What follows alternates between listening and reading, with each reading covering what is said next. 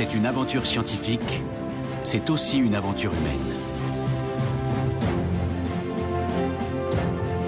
Deux astronomes français sont chargés de déterminer l'unité de longueur qui s'imposera à toutes les nations du monde.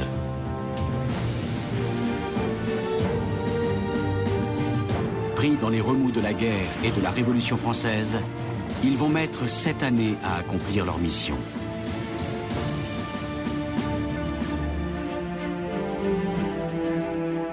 Des adversaires puissants intriguent contre eux. Ils risquent d'y laisser leur tête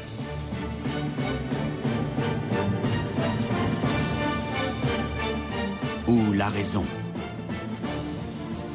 Mais Delambre et Méchain trouveront le maître pour mesurer le monde.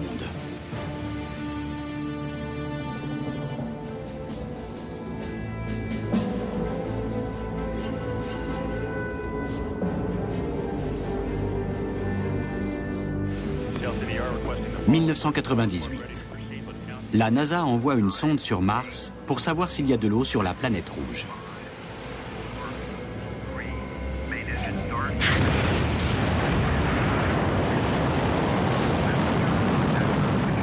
À l'approche de Mars, la sonde est censée ralentir. Mais soudain, la NASA perd le contact. L'enquête révélera que les programmeurs ont utilisé un autre système d'unité de mesure que celui spécifié par la NASA. Il aura suffi qu'une longueur soit mesurée en pouces et non en mètres pour que la sonde continue sa folle course dans l'atmosphère de Mars et se désagrège.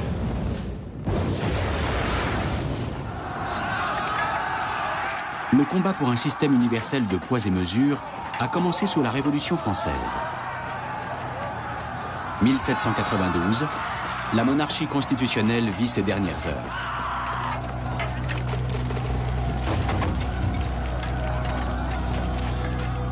Les privilèges des nobles ont été abolis.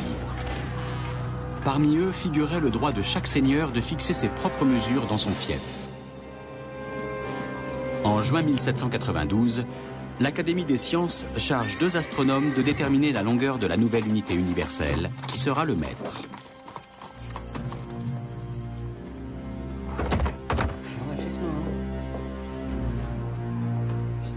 Pierre Méchain passe pour une bête de travail. C'est un esprit méticuleux et même tatillon. L'homme idéal pour une entreprise aussi ambitieuse. Jean-Baptiste Delambre est plus jeune. Il vient tout juste d'entrer à l'Académie des sciences.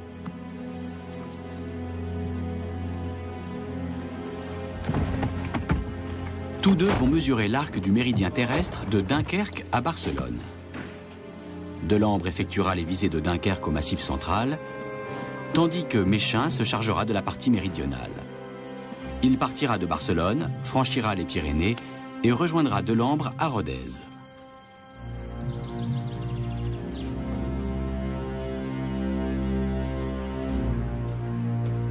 Ni l'un ni l'autre n'imagine dans quelle aventure ils se lancent.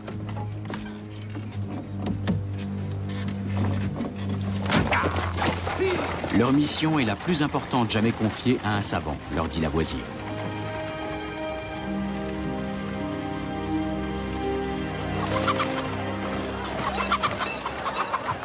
Sous l'Ancien Régime, les unités de mesure varient d'une ville à l'autre et même d'une corporation à l'autre. Le pied, la coudée, le pas, la brasse, la toise, on ne compte pas moins de 250 000 unités différentes. Le peuple réclame que cesse l'injustice des poids et mesures. La France a besoin d'harmonisation et le système métrique sera un moyen d'unifier la nation.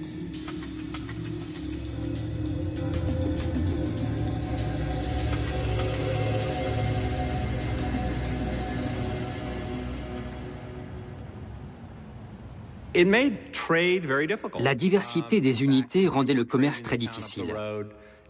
Les commerçants avaient beau jeu d'escroquer les étrangers. Ça posait aussi des problèmes administratifs. Comment taxer la terre, par exemple, quand les surfaces sont exprimées dans une multitude d'unités locales? Enfin, c'était un obstacle au développement des sciences. Les savants n'étaient jamais sûrs des mesures communiquées par leurs confrères qui vivaient dans d'autres villes. L'Assemblée nationale charge donc l'Académie des sciences d'élaborer un nouveau système de poids et mesures. Une commission constituée des plus grands savants de l'époque est formée. Parmi eux figurent Borda, Condorcet, Laplace et Monge. Toutes les mesures de longueur, de superficie, de volume et de poids devront reposer sur une même unité de base qui sera le mètre. Reste à le définir.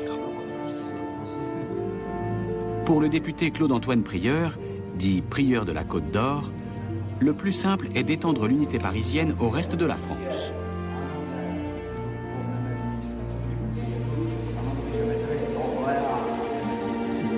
Mais les savants s'y refusent.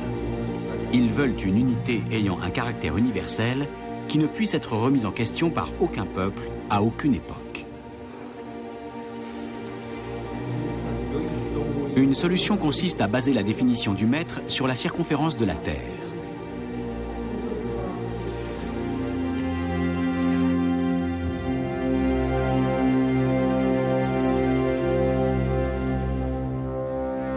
Prieur de la Côte d'Or est furieux. Les savants tombent d'accord pour définir le mètre comme égal à la 10 000e partie du quart du méridien terrestre. Pour déterminer sa longueur exacte, il confie à Méchain et Delambre le soin de mesurer un arc de méridien entre Dunkerque et Barcelone.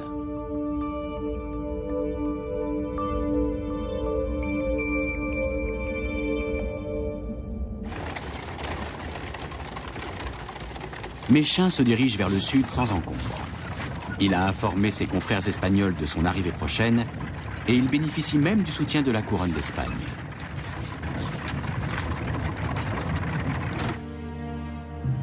Il atteint la Méditerranée en une semaine. De là, il poursuit sa route vers Barcelone.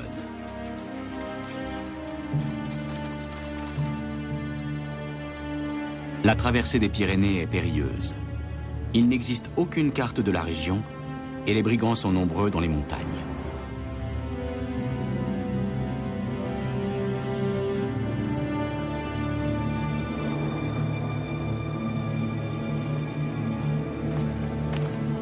L'équipe de Méchain ne pourra se déplacer sur le sol espagnol que sous l'escorte de l'armée.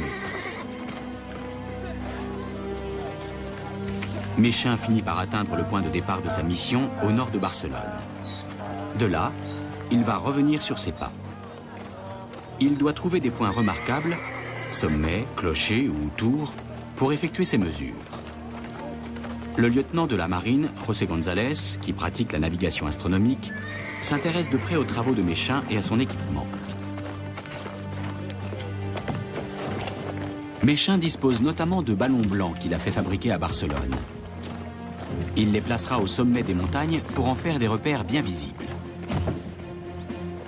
Son équipement chargé sur des ânes et des mules, Méchain prend le départ.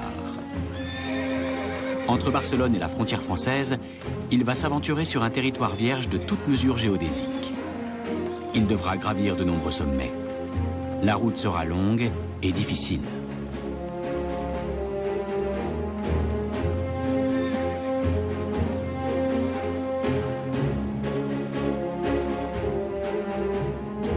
De son côté, Delambre est en reconnaissance aux alentours de Paris.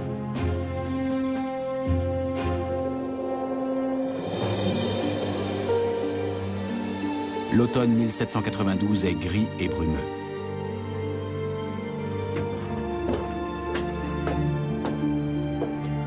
Delambre grimpe à tous les clochers de la région pour trouver les meilleures stations de mesure.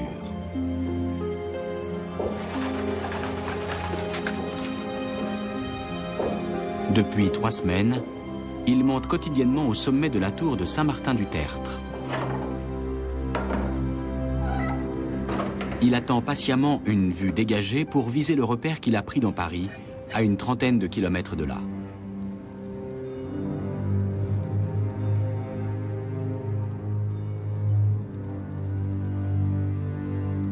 Lorsque le brouillard se lève enfin, il sort le cercle répétiteur.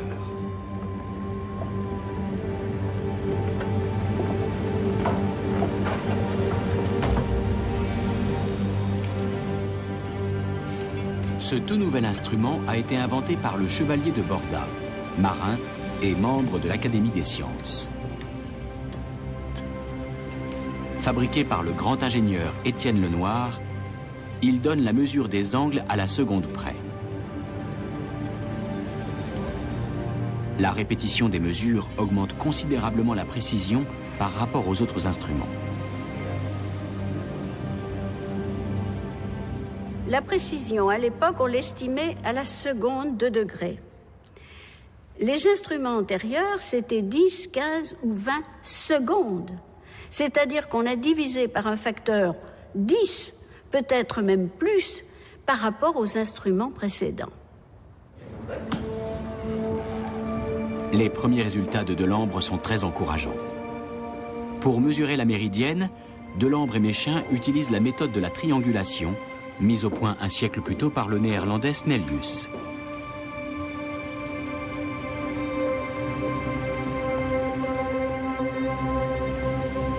Cette méthode consiste à construire une succession de triangles reliant entre eux des points remarquables, clochers ou tours, puis à mesurer les angles de ces triangles. Il suffit ensuite de connaître la base d'un seul triangle pour en déduire la longueur du méridien.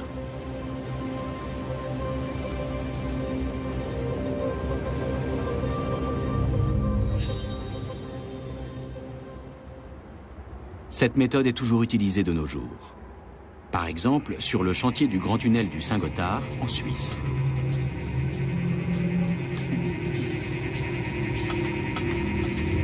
À l'aide d'un GPS, on détermine des points de référence.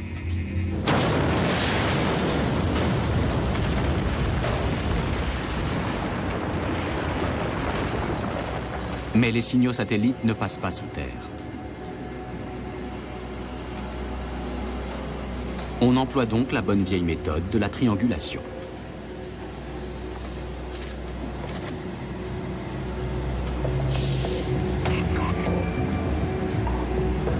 Aujourd'hui, ce sont des robots qui effectuent les visées pour éviter toute erreur humaine.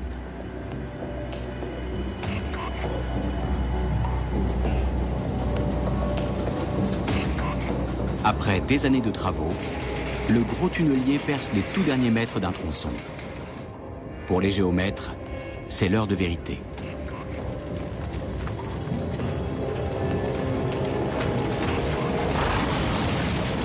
Incroyable. L'écart entre les deux galeries est inférieur à 1 cm. C'est un record.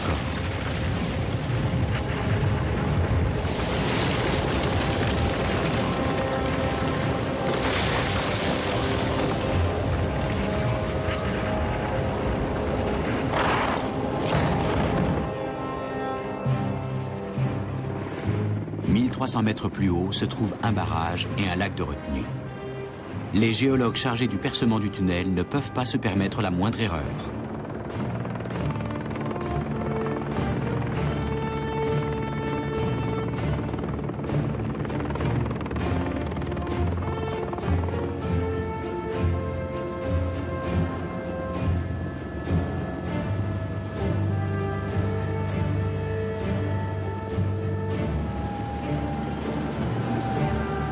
Le géomètre en chef du chantier du Saint-Gothard inspecte en personne le barrage.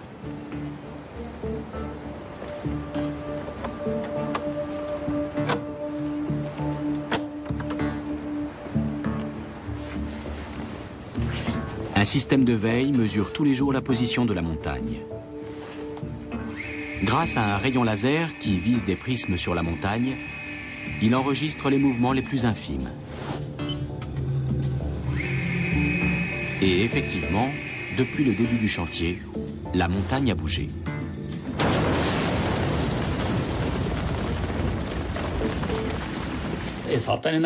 L'incidence des travaux sur la montagne est négligeable. Les différences sont de l'ordre de 1,5 cm en largeur et de 2 ou 3 cm en hauteur. On s'inquiéterait si la différence était de l'ordre de 5 ou 10 cm. Ici, précisément, le danger est déjà passé. On a presque terminé les travaux de percement. Le drainage de la galerie du tunnel a modifié la pression de la roche, mais tout semble sous contrôle. Le percement du Saint-Gothard est une prouesse technique rendue possible par l'extrême précision des mesures. Automne 1792. Sous l'escorte des soldats espagnols, Méchain s'engage dans les Pyrénées.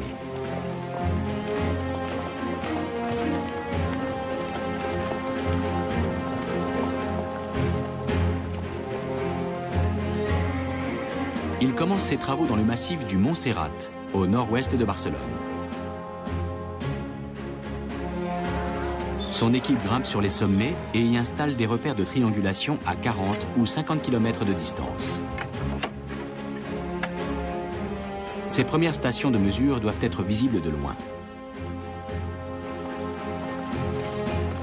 Méchain compte placer tous ses repères jusqu'à la frontière française avant de faire ses visées.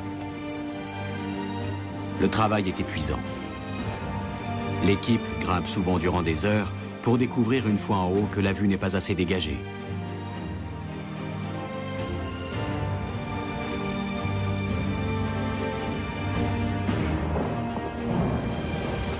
En septembre, les hommes approchent enfin de la frontière française.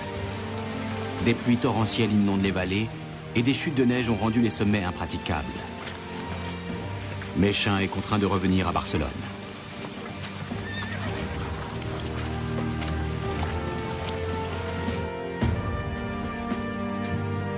Sur le chemin du retour, il commence ses mesures.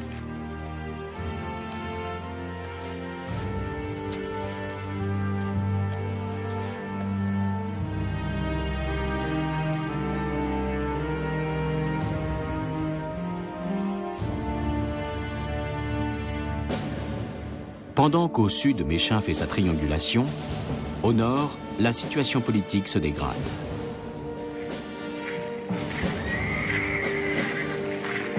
Le 10 août 1792, Louis XVI, monarque constitutionnel depuis 1789, est renversé. Les forces contre-révolutionnaires conduites par la Prusse et l'Autriche entrent en France. Lorsque Verdun, place forte réputée imprenable, capitule, la route de Paris est ouverte. 80 000 Prussiens s'y engagent. Delambre est alors à moins de 50 km du front. Il veut terminer ses mesures avant que les Prussiens n'envahissent le territoire.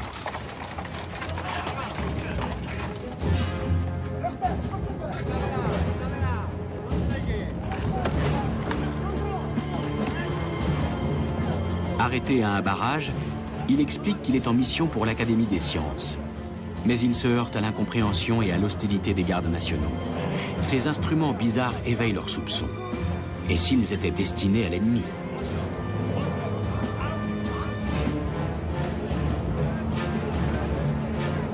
Delambre présente ses lettres de créance frappées du sceau royal. Mal lui en prend. Les gardes ignares le prennent pour un contre-révolutionnaire. Delambre a beau s'expliquer, on ne le croit pas.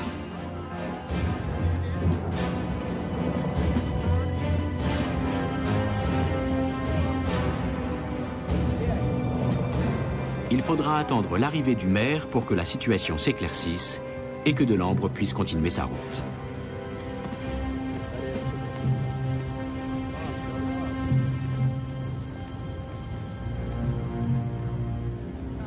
Il a échappé au pire.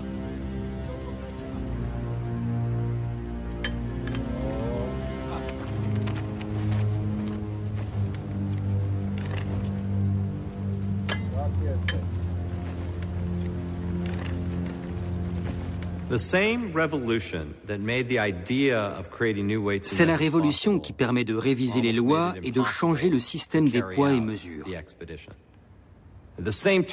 Mais paradoxalement, dans cette période de trouble, elle rend presque impossible le fait de voyager de ville en ville avec des instruments scientifiques, de grimper en haut des clochers, de faire des visées et d'effectuer toutes ces mesures complexes.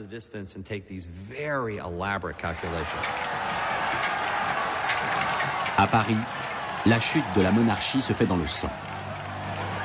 Le peuple réclame la tête du roi que la Convention nationale condamne à mort.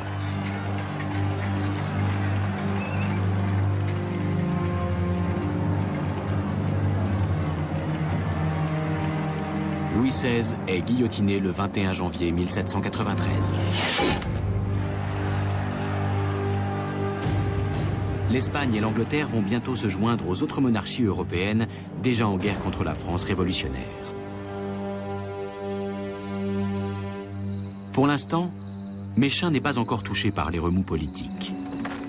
Il grimpe toutes les nuits au sommet du fort de Montjuïc, surplombant Barcelone, pour déterminer la latitude de la ville qui se déduit de l'observation des étoiles. Méchain et Tranchot, son assistant, vont effectuer plus d'1 millier de visées. Ils en ont presque fini lorsque les troupes françaises pénètrent en Espagne.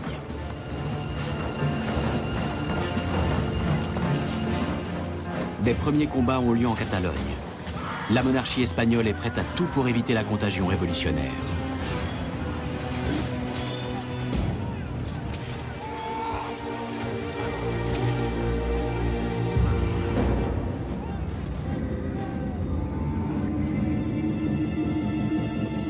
Des centaines de prisonniers de guerre français sont incarcérés au fort de Montjuïc, alors que Méchain y effectue encore ses mesures.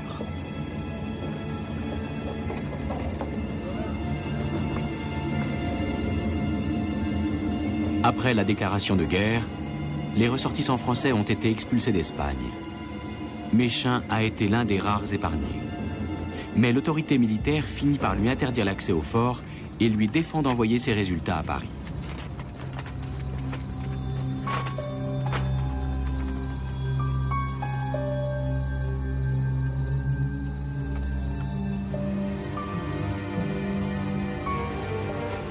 Toutefois, il reste libre de continuer ses travaux dans les Pyrénées à l'été suivant.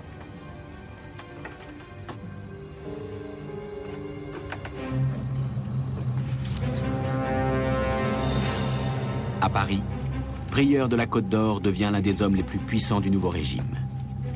Aux côtés de Robespierre et Saint-Just, il siège au comité de salut public qui exerce la terreur.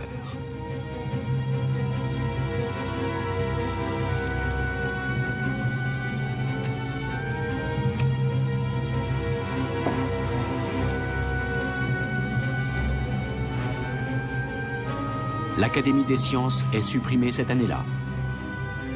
Prieur de la Côte d'Or n'a pas oublié l'arrogance des savants qui l'ont forcé à s'incliner sur la question des poids et mesures.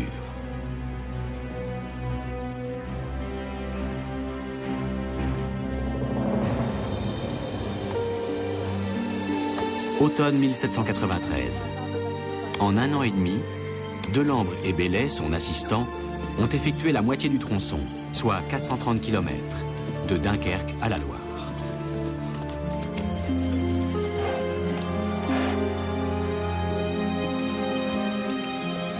Delambre reçoit alors une lettre de Paris.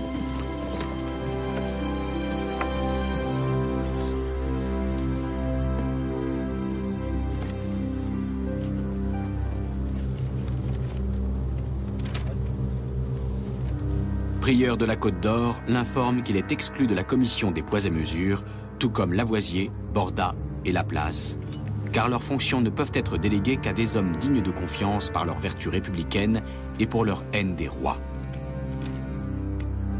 Delambre est forcé d'arrêter ses travaux.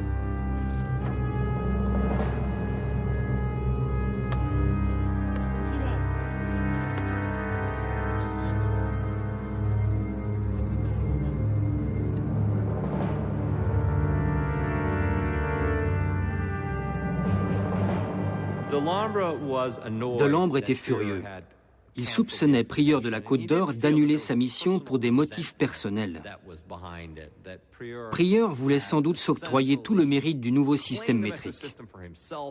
Il ne voulait surtout pas le partager avec les savants. Prieur de la Côte d'Or décide d'introduire le nouveau système des poids et mesures dans l'année. Il charge Lenoir de fabriquer un mètre étalon provisoire en cuivre.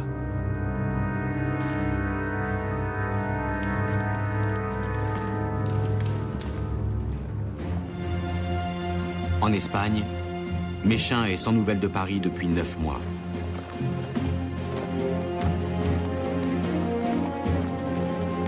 Au moment où il mesure les derniers triangles des Pyrénées dans la vallée du Tech, l'armée française y pénètre et franchit les lignes espagnoles.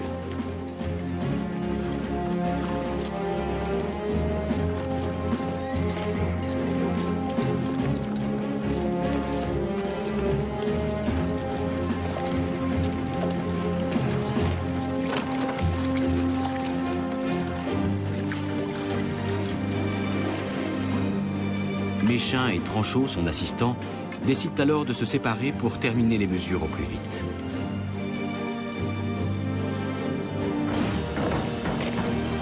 Une féroce bataille s'engage en effet entre Français et Espagnols.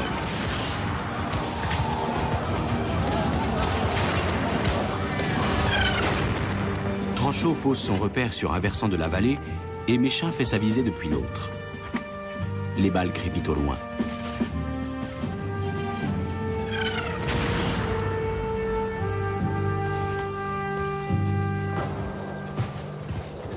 Les Français attaquent une position espagnole au pied de la montagne. Avec son ballon blanc, Tranchot fait une cible facile.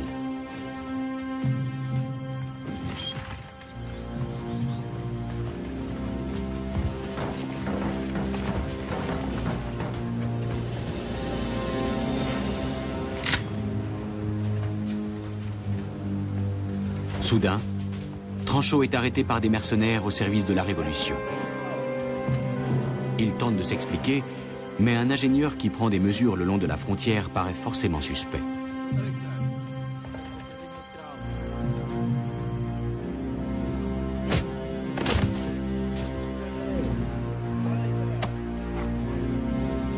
Il est ligoté et livré aux troupes françaises.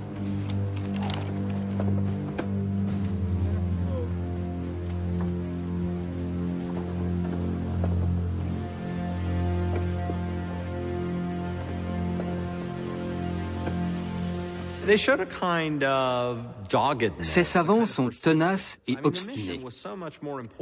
Leur mission leur paraît bien plus importante que le sort des nations. Ne participent-ils pas à l'élaboration d'un système destiné à servir tous les peuples, à toutes les époques? Pour eux, le maître transcende les divisions nationales.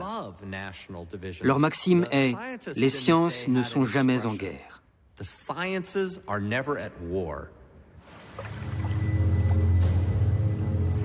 À Paris, la terreur se poursuit. Pour de nombreux nobles, la prison de la Conciergerie devient l'antichambre de la mort.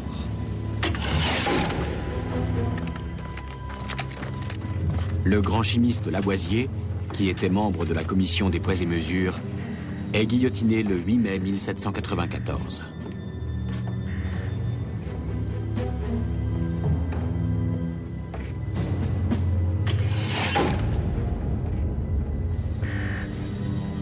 Prieur de la Côte d'Or est vengé.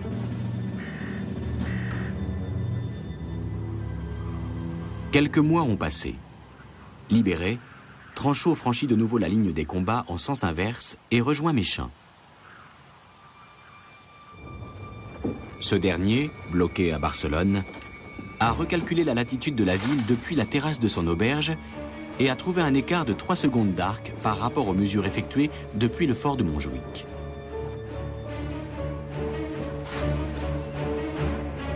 Mais il a déjà envoyé ses résultats à Paris. Désespéré, il décide de garder cette erreur pour lui. Une vérification sur le fort de Montjuïc est de toute manière impossible car les Espagnols lui en interdisent toujours l'accès. D'ailleurs, bientôt, il le somme de quitter le pays.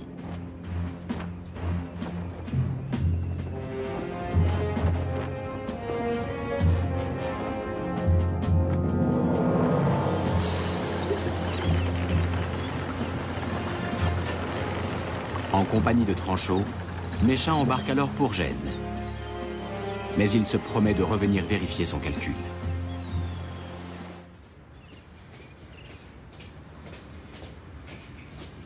Le fort de Montjuïc, 2 siècles plus tard.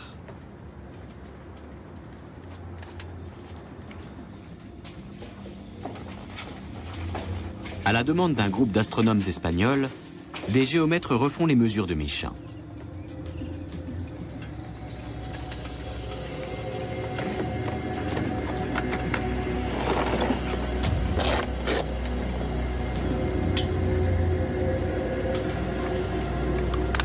Leur équipement GPS permet une précision au millimètre.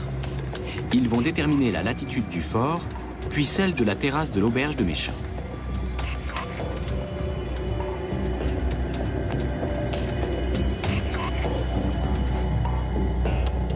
d'autres scientifiques avant eux ont essayé de comprendre d'où provenait l'écart constaté par Méchain.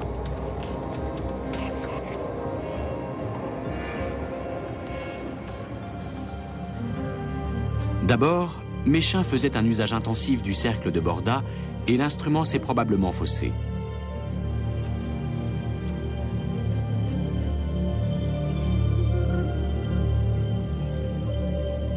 Ensuite, certaines étoiles visées étaient sans doute trop basses sur l'horizon. La réfraction était importante et les tables de correction manquaient de précision. Malgré cela, Méchain était persuadé que l'erreur venait de lui. Méchain n'est pas retourné à Paris durant les 7 années qu'a duré sa mission. Delambre y est retourné plusieurs fois, mais pas Méchain. Ce n'était pourtant qu'à quelques jours de voyage, mais Méchain ne voulait pas rencontrer ses confrères. Il ne faut pas oublier qu'à l'époque, on guillotine les gens pour un rien.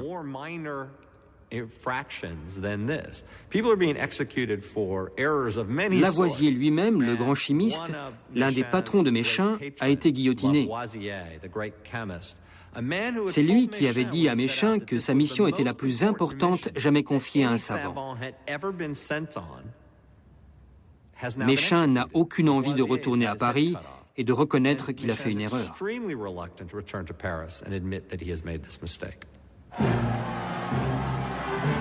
La terreur s'achève avec la mort de Robespierre, guillotiné le 28 juillet 1794. Le Directoire, qui prend le pouvoir, signe la paix avec l'Espagne et la Prusse en 1795. La France respire.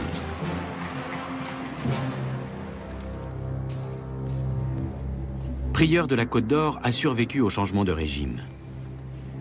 Le Directoire rétablit l'Académie des sciences et Prieur se prononce pour la poursuite des travaux de triangulation.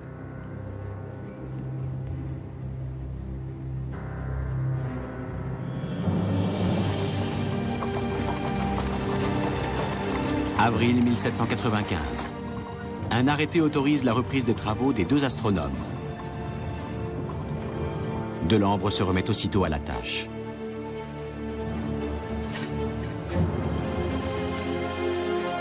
Méchain, lui, doit d'abord sortir de sa retraite. Après plus d'1 an passé à Gênes, il rentre en France avec Tranchot.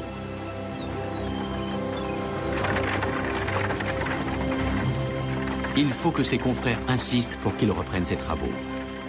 Mais il finit par se rendre sur le pic de Bugarache, dans l'Aude.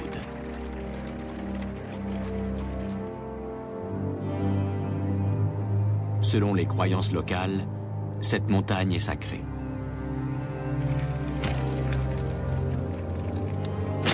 Elle va mettre en tout cas les nerfs de Méchain à rude épreuve.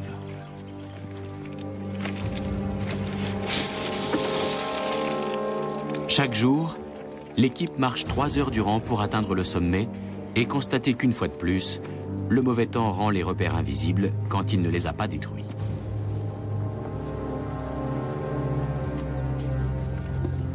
À chaque ascension, Méchain craint que les porteurs ne fassent tomber le fragile cercle de Borda.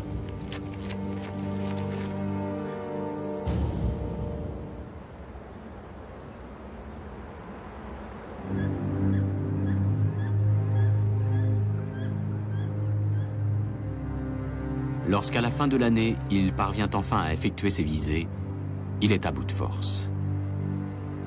Or, Rodez, le point de jonction avec Delambre, est encore à 250 km. Au cours de l'année suivante, Méchain va sombrer dans une profonde dépression. De son côté, Delambre avance rapidement en direction du Massif central. À la mi-août 1797, il arrive en vue de Rodez.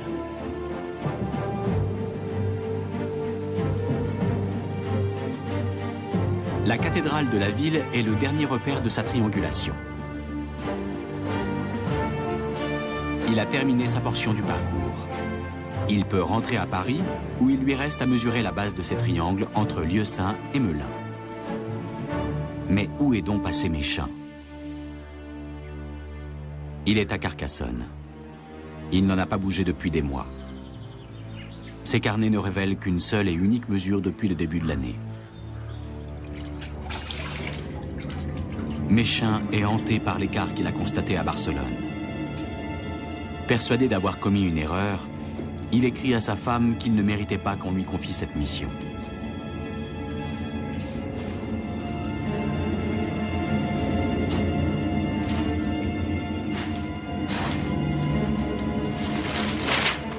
Il rêve de retourner à Barcelone pour refaire ses visées.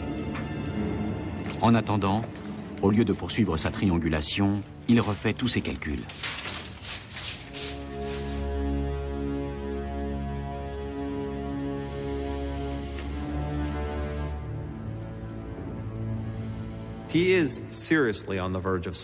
Méchain est au bord du suicide.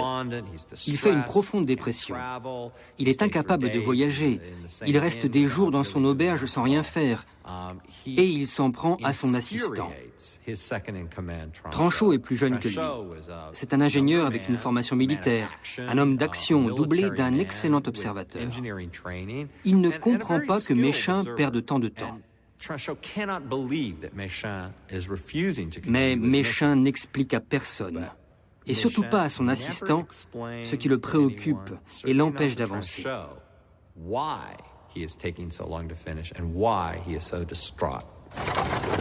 Tranchot n'en peut plus. Il finit par partir pour Paris, où Delambre mesure la base de Melun.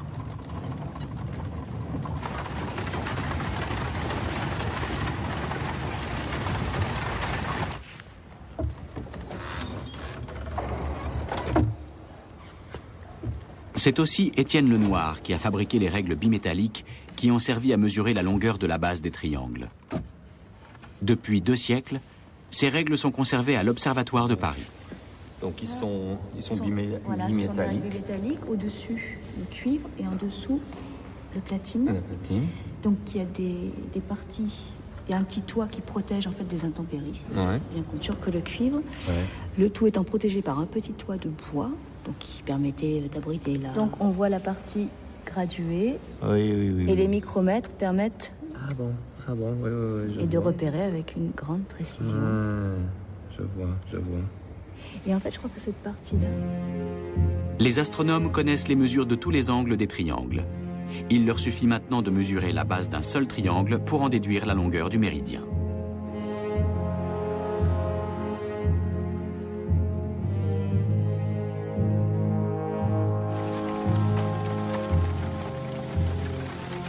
Tranchot rejoint Delambre alors que ce dernier s'apprête à mesurer la longueur de la base de Melun. Cette aide est la bienvenue car le temps presse. Une commission internationale doit bientôt se réunir pour vérifier les résultats de la triangulation.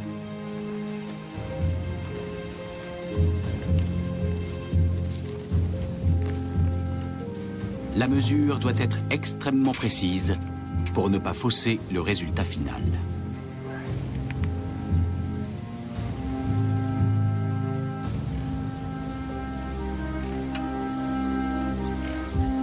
Le premier jour, Delambre fait à peine 150 mètres. Il lui faudra plus d'1 mois pour mesurer les quelques 6 km de la base Lieusaint-Melun.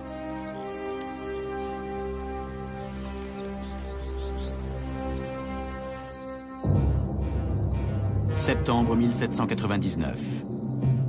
La commission internationale qui doit vérifier les travaux de Méchain et Delambre et fixer la nouvelle unité de mesure se réunit à Paris. 11 pays ont dépêché des savants. Delambre a remis ses carnets à la commission, mais pas Méchain.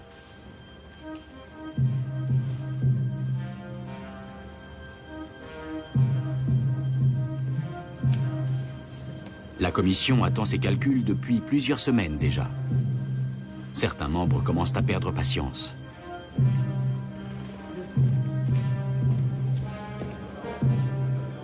D'autant que Méchain ne donne aucun signe de vie.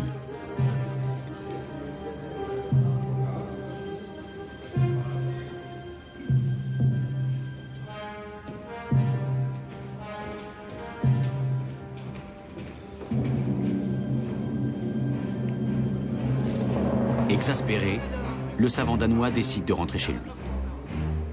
La caution des savants étrangers est pourtant essentielle si l'on veut que le maître s'impose au monde entier.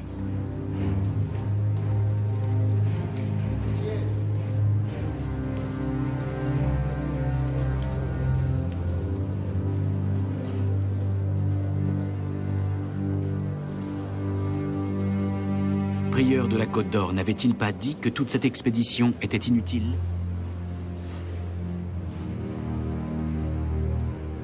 Delambre doit absolument retrouver Méchain et le ramener à Paris, ou bien ces 7 années de travail risquent d'être anéanties.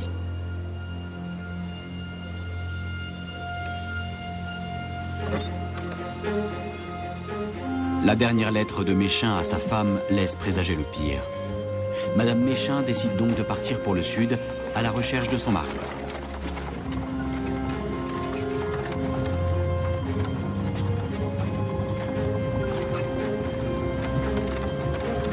Seuls Delambre et Borda sont au courant de ce voyage. Personne ne doit savoir que Méchain est au plus mal.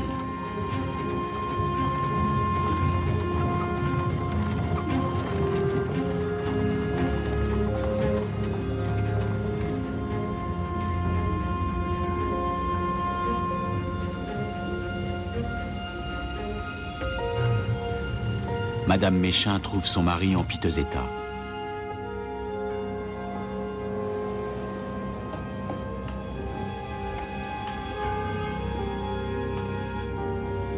Elle ne l'a pas vu depuis des années et le reconnaît à peine.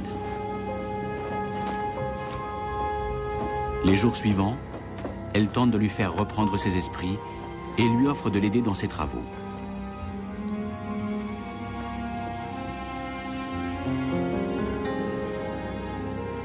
En désespoir de cause, elle écrit à Delambre qu'elle a fait tout ce qui était en son pouvoir. Son mari a accepté de terminer ses mesures, mais refuse de donner ses carnets. Elle supplie Delambre de le rejoindre.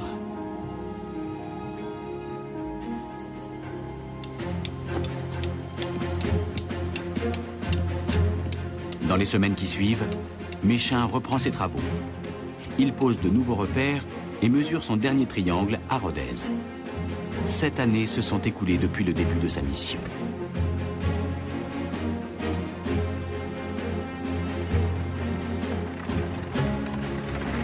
Mais il faudra toute la force de persuasion de Delambre pour qu'il accepte de rentrer à Paris et de remettre ses carnets.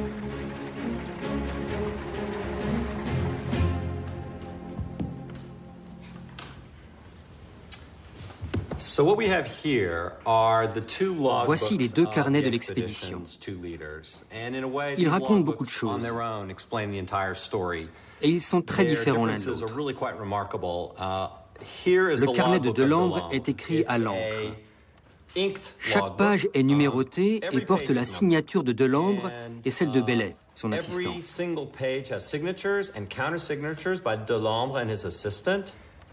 Toutes les pages sont remplies de haut en bas et Delambre n'en a sauté aucune. C'est le carnet d'un scientifique moderne.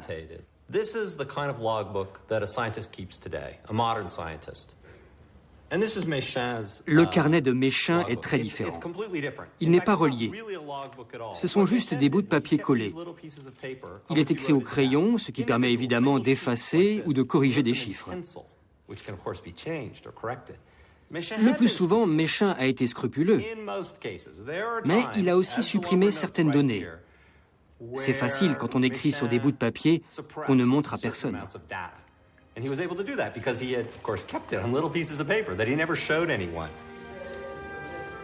Après un report de plusieurs mois, la commission peut enfin entreprendre son travail de vérification. Delambre fait un compte-rendu complet de ces 7 années. Il parle des problèmes de calcul et des obstacles politiques. La commission va enfin pouvoir valider les travaux des 2 astronomes et fixer la longueur exacte du mètre, définie comme la 10 millionième partie du quart du méridien terrestre.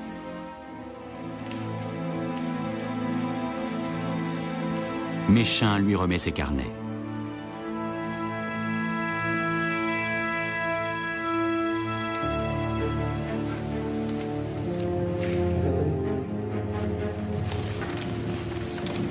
La commission va refaire le moindre calcul.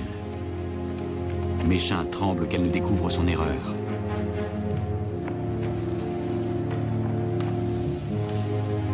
Mais ces mesures sont finalement validées. La commission salue la qualité exceptionnelle de la triangulation et fixe la longueur définitive du mètre. Les archives nationales à Paris recèlent de nombreux trésors. Entre autres, le maître étalon en platine fabriqué par Étienne Lenoir, qui est conservé dans ce coffre-fort.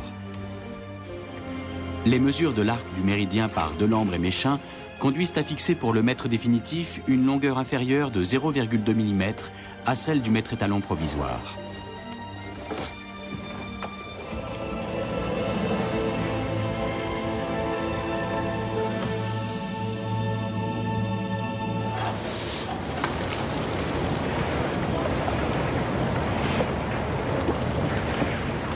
Dans les mois qui suivent, on fabrique 25 000 mètres étalons en fer qu'on distribue dans toute la France.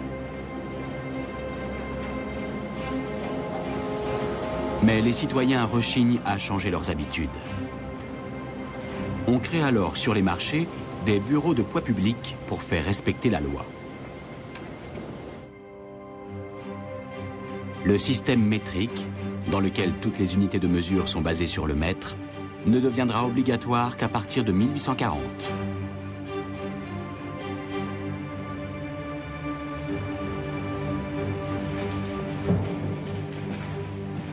Méchain et Delambre ont donné 7 années de leur vie pour définir l'unité universelle qui servira à mesurer le monde. Ils seront tous les deux nommés directeurs délégués du Bureau des longitudes à l'Observatoire de Paris.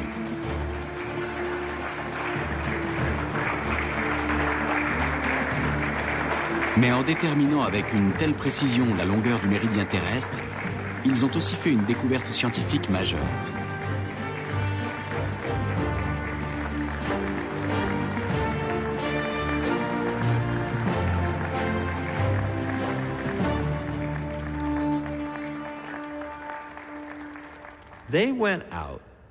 Ils partent mesurer la circonférence exacte de la planète sous la Révolution française et arrêter la longueur définitive du mètre.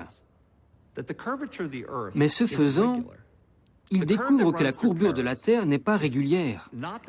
La courbure est différente à Paris, elle est différente à Milan, elle est différente à Boston. Autrement dit, la Terre n'est pas une sphère parfaite sur laquelle on pourrait baser une mesure universelle.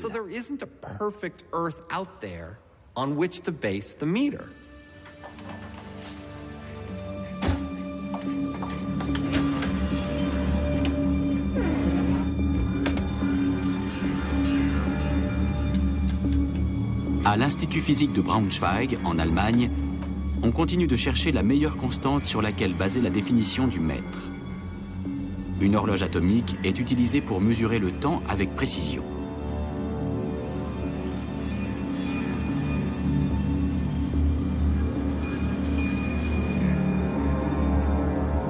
En effet, depuis 1983, le mètre est défini comme la distance parcourue par la lumière dans le vide pendant une infime fraction de seconde. Cette mesure est identique en tout lieu et à toute époque.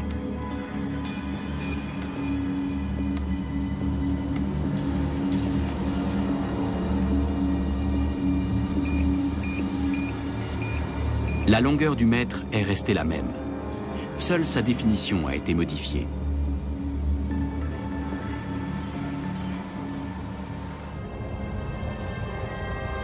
Depuis 2009, 2 satellites allemands orbitent autour de la Terre et la photographient avec un degré de précision encore jamais atteint. Il ne leur faut pas plus de 5 minutes pour effectuer les mesures qui ont coûté 7 années de vie à Méchain et Delambre.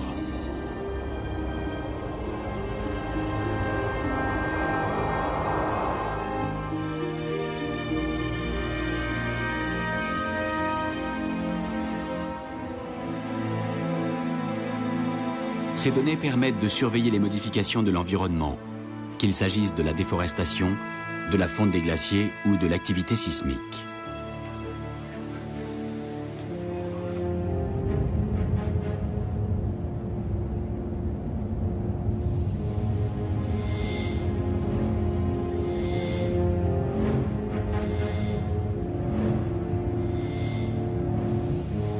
Mais la principale tâche de ces satellites est de cartographier la planète au mètre près. En quelques jours, ils peuvent dresser la carte détaillée d'une région.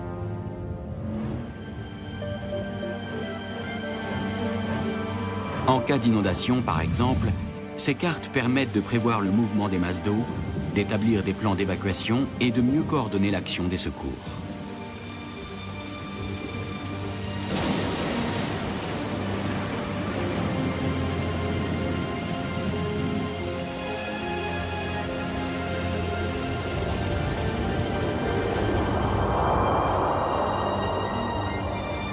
Il aura fallu plus de 2 siècles pour que le système métrique conçu sous la Révolution française s'impose au monde entier.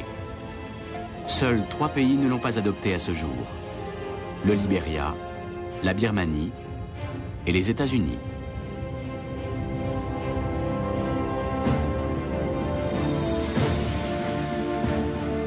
Rockefeller était le maître absolu du pétrole jusqu'au jour où une invention lui fit pratiquement rendre gorge, celle du pipeline, coup d'envoi d'une des plus grandes aventures du 19e siècle, dans un instant.